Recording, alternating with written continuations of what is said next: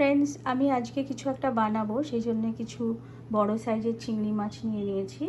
আর চিংড়ি মাছটা আমি সুন্দর করে পরিষ্কার করে ধুয়ে নিয়েছি, ডিভেন করেও নিয়েছি।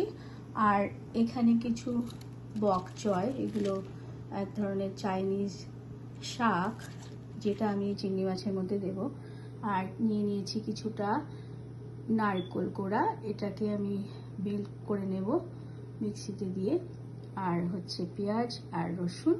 দেখা যাক এটা দিয়ে আমি কি বানাতে পারি।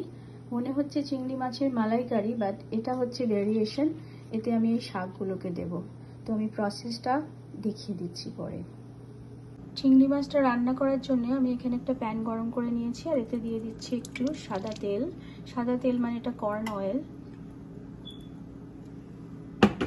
আর আমি এর মধ্যে কিছু দিয়ে দেব ড্রাই ইনগ্রেডিয়েন্টস, সেটা হচ্ছে কালো জিরে, একটু শুকনো লঙ্কা, একটু গোটা গরম মশলা।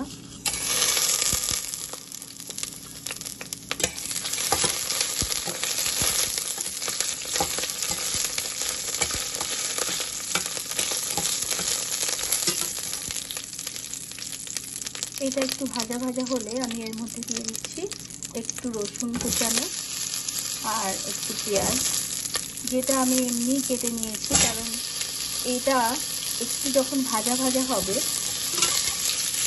আমি এটাকে মিক্সিতে পেস্ট করে নেব।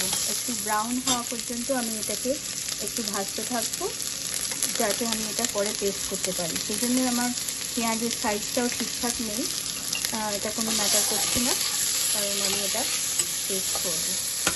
তো এটাকে আমি একটু ভেজে নিচ্ছি, যে মিক্সিতে পেস্ট করে পরে পেস্টটা দেখে দিচ্ছি। এখানে আমি আমার চিংড়ি মাছগুলো একটু ভেজে নিচ্ছি।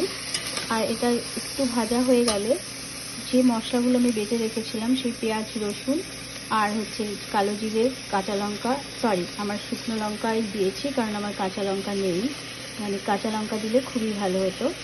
এটা আমি দিয়ে দিলাম।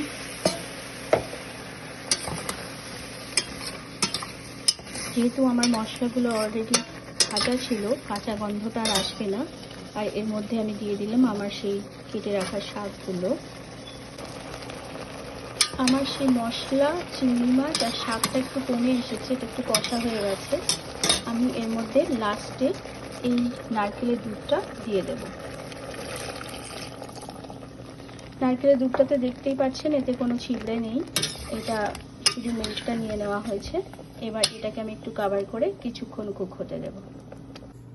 সো এই যে আজকে আমার তৈরি হয়ে গেল চিংড়ি মাছের নতুন রেসিপি, চিংড়ি মালাই বাঙালি স্টাইলে, কিন্তু বক চয় দিয়ে, যেটা চাইনিজ শাক। আমি আগেই বলেছি এটা আমাদের এখানে অ্যাভেলেবল, কিন্তু অন্য জায়গায় পাওয়া যায় বলে আমার খুব একটা জানা নেই, হয়তো পাওয়া যেতে পারে। তো এটা দিয়ে একবার এভাবে বানিয়ে খেয়ে দেখবেন, এটা সত্যিই খুব টেস্টি হয়েছে। আর এটাতে যেহেতু আমি নারকেলের মিল্ক অ্যাড করেছি, সেই কারণে একটু সুগারও দিতে হয়নি, পুরো ন্যাচারাল সুইটনেস দিয়ে এটা হয়েছে। তো আগামী পর্বে দেখা হচ্ছে নতুন কোনো ভিডিওতে, নতুন কোনো রেসিপি নিয়ে। সেই পর্যন্ত টাটা।